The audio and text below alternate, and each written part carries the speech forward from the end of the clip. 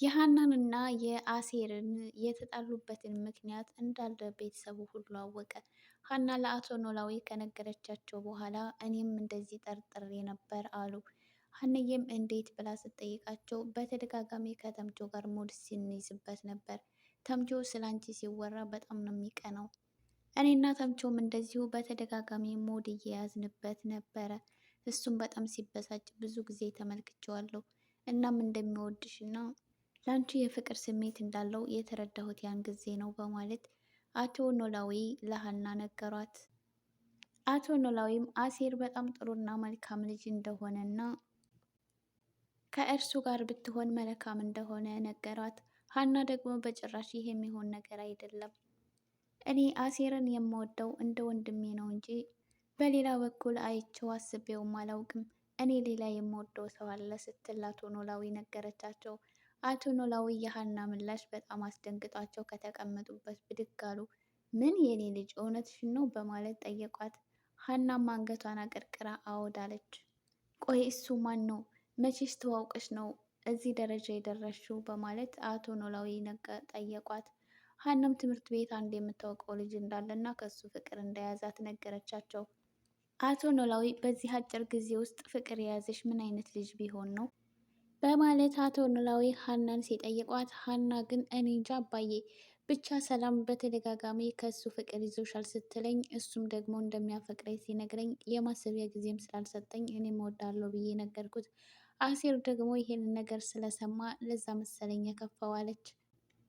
አቶ ኖላዊም ወይኔ ልጄ በጣም ነው ልቦ የተሰበረው፣ እንደ ዛሬ ከፍቶት አይቼው አላውቅም እያሉ አቶ ኖላዊ አሁን ላይ ምን ማድረግ እንዳለባቸው እያሰቡ፣ ሀና ግን ምንም ቢሆን አሴርን ማስከፋት እንደሌለባት እና በማንኛውም ሰዓት ከጎኑ መሆን እንዳለባት፣ እኛ ከደሴ እዚህ አዲስ አበባ በመጣን ሰዓት ያገኘነው እነሱን ነው። ከኛ ጋር በጣም ብዙ ችግሮችን አሳልፈዋል። አሴርን በጣም እንደምትወጁ አውቃለሁኝ። ስለዚህ ልጄ ልብሽ የፈቀደውን አድርጊ። አሁን አንቺ በጣም ትልቅ ሰው ሆነሻል። ምን ማድረግ እንዳለብሽ በደንብ ጠንቀቀሽ ታውቂያለሽ በማለት አቶ ኖላዊ ብዙ ነገር ከመከሯት በኋላ አቶ መስፍን በትናንትናው ክፍል ላይ እነዚህ ልጆችማ ሌላ ግንኙነት አላቸው፣ ይህን ነገርማ አጣርቼ ደርስበታለሁ ብሎ ነበር አቶ መስፍን። አቶ መስፍንም አሴርን አግኝቶ በእርጋታ ሊያወራው ቢሞክርም ነገር ግን አሴር ምንም አይነት ነገር ሊነግረው ፈቃደኛ አይደለም።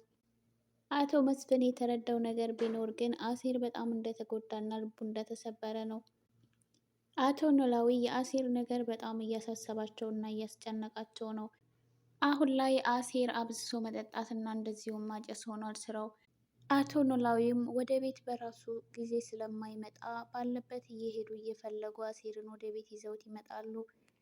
አቶ ኖላዊም አሴር በዚህ ሁኔታ እስከ መቼ ድረስ እንደሚቀጥልና ልቡ በጣም እንደተሰበረ ነው የተረዱት አቶ ኖላዊ።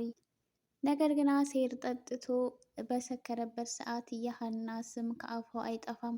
አቶ ኖላዊም ቆይ ምን ባደርግ ነው ይሄ ልጅ ወደ ቀልቡ የሚመለሰው? ልጅም በዚህ ሁኔታ በጣም እየተጨነቀችብኝ ነው። ቆይ ምን አይነት ጣጣ ውስጥ ነው የገባሁት? እያሉ አቶ ኖላዊ ለብቻቸው ይነጋገራሉ። አሁን ላይ ሀና ለእዝራ እንደ በፊቱ ጊዜ አትሰጠውም። በፊት እዝራ ሳያናግራት ሲቀር እንደዚሁም ደግሞ ሲያወራት በጣም ደስ ይላት ነበር። አሁን ግን ለእዝራ እሱ በተደጋጋሚ ፈልጎ ጨቅጭቋት ካልሆነ በስተቀር እሱን ማግኘት አትፈልግም። ወይዘሮ ሜላት የሀና ነገር ስላስጨነቃት እና ስላሳሰባት አቶ ኖላዊ ጋር ሄዳ በባለፈው ክፍል ላይ ሰላም የነገረቻትን ነገር ማለትም አሴር ሀናን እንደሚወዳት ነግራት ነበር ለወይዘሮ ሜላት። ይሄንን ነገር ለአቶ ኖላዊ ሄዳ ትጠይቃቸዋለች። አሴር እና ሀና የማይሆን ግንኙነት አላቸው እንዴ ብላ አቶ ኖላዊን ስትጠይቃቸው፣ ቆይ እንዴት ልትጠይቅኝ ቻልሽ? በማለት ወይዘሮ ሜላትን ጠየቋት። ወይዘሮ ሜላትም ሰላም እንደነገረቻት እና እንደዚሁም ሀናን ብታስከፋት ብሎ አስጠንቅቆኛል ብላ ነግራኝ ነበር። ምናልባት እሱም እንደዚህ መጠጥ እያበዛ ያለው ሀናም እንደዚህ እየተጨነቀችው ያለችው ምናልባት ሰላም እንዳለችው ሌላ ግንኙነት ጀምረው ይሆን እንዴ በማለት አቶ ኖላዊን ጠይቀቻቸው። አቶ ኖላዊም ይሄንን ነገር ሰላምም ታውቃለች ማለት ነው አሉ። ቆይ ምኑን? አንተም ታውቃለህ እንዴ በማለት ወይዘሮ ሜላት መልሳ ጠይቀቻቸው። ትላንትና ሀናን ካልነገርሽኝ ብዬ በጣም አስጨንቂያት ነበረ። በዚህ ሰዓት ሁሉንም ነገር ነገረችኝ። አሴር ሀናን ይወዳታል። እሷ ደግሞ ይሄንን ነገር አልተቀበለችውም። ለዛ ነው እንደዚህ እየሆነ ያለው አሏት አቶ ኖላዊ። ታዲያ ሀና ለምንድን ነው እንደዚህ የተጨነቀችው?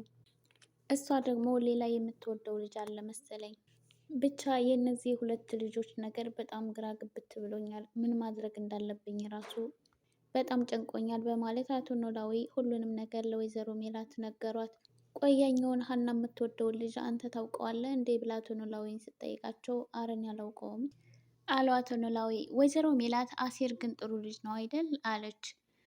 አቶ ኖላዊም አሴር በጣም ጥሩና መልካም ልጅ እንደሆነ ከደሴ ወደ አዲስ አበባ ከመጡ ጀምሮ ከነሱ ጋር በጣም ብዙ ችግሮችን እንዳሳለፈና ተምቹና አሴር ልክ እንደ ሀና ልጆቻቸው እንደሆኑ እና በጣም ጥሩ ልጆች እንደሆኑ አቶ ኖላዊ ለወይዘሮ ሜላት ነገሯት። አሁን ላይ ሀናና አሴር ባሉበት ሁኔታ ሀና ላይ ብዙ ሰው እየተናደደ ነበረ ማለት ነው። እንግዲህ ይህም ነገር ምንድን ነው አሴር እውነት እንደሚወዳት ባይናገርም ግን እንደሚወዳት ደግሞ በደንብ ያስታውቅ ነበር። አፍ አውጥቶ ባይነግራትም እሷ ግን ከነገሮቹ መረዳትና እንደሚወዳት ማወቅ ነበረባት ማለት ነው። እንግዲህ አሁን እዚህ ጋር የምናየው ነገር ሀና ምንም ነገር እንደማታውቅ ነው። ስለ ፍቅር ምንም የምታውቀው ነገር እንደሌለ ነው። ነገር ግን ከደሴ በነበረችበት ሰዓት የሚወዳት ልጅ ነበር እዛም ማለት ነው። እና ከሱ ጋር ጥሩ ስለ ፍቅር ሚዛናዊ ነገር እንዳላት ነበር ስናይ የነበረው ማለት ነው። አሁን ላይ ግን ሀና ድድብ ብላለች። ምንም የምታውቀው ነገር የለም እና ነገር ግን አሴር ቃል በቃል እንደሚያፈቅራት ባይናገርም በጣም ብዙ ምልክቶች ደግሞ አሳይቷታል ማለት ነው እንደሚወዳት። ለሀና ብዙ መስዋዕትነትን ነው የከፈለው። እነሱ የአባቷ ልጅ ነው የእናቷ ልጅ ይህን ሁሉ መስዋዕትነት የሚከፍልላት ለምንድን ነው ብላ መጠየቅ ነበረባት ማለት ነው። እና ብዙ ጊዜ ከተምቾ ጋር ራሱ ሙድ እየያዙበት ነበረ አጎቱ በነበረበት ሰዓት ማለት ነው። እና የዛን ጊዜ አሴር በጣም ይቀናል፣ ይነደዳል። እሷም ያን ጊዜ እያሾፈች ነበረ እና በዛን ሰዓት ሀና አሴር እንደሚወዳት መረዳት በጣም ብዙ ነገሮች እንደሚወዳት የሚያሳዩ ነገሮች ነበሩ። ግን ለምንድን ነው መጀመሪያ ላይ በፊት በምናየው ቪዲዮ ላይ ሀና ስለ ፍቅር ጥሩ አመለካከት እንደነበራት እንደዚሁም ደግሞ ሰላምና አንተነህ ባላቸው ግንኙነት ላይ ስትመክራት ነበረ ማለት ነው። አሁን እሷ ላይ ሲሆን ደግሞ ምንም አይነት ነገር አታውቅም። ይሄ ደግሞ አሳማኝ የሚሆን ነገር አይደለም ማለት ነው። አሁን እንግዲህ አሴር በጣም ነው የሚያሳዝነው። ግን ባያሳዝን ነበር የሚገርመኝ። እና ምንድን ነው አሴር አሁን ላይ በጣም ልቦ ተሰብሯል። እንደዛ ሲሆንላት የነበረችው ሀና ትላንትና በመጣ እዝራ ቀየረችው ማለት ነው።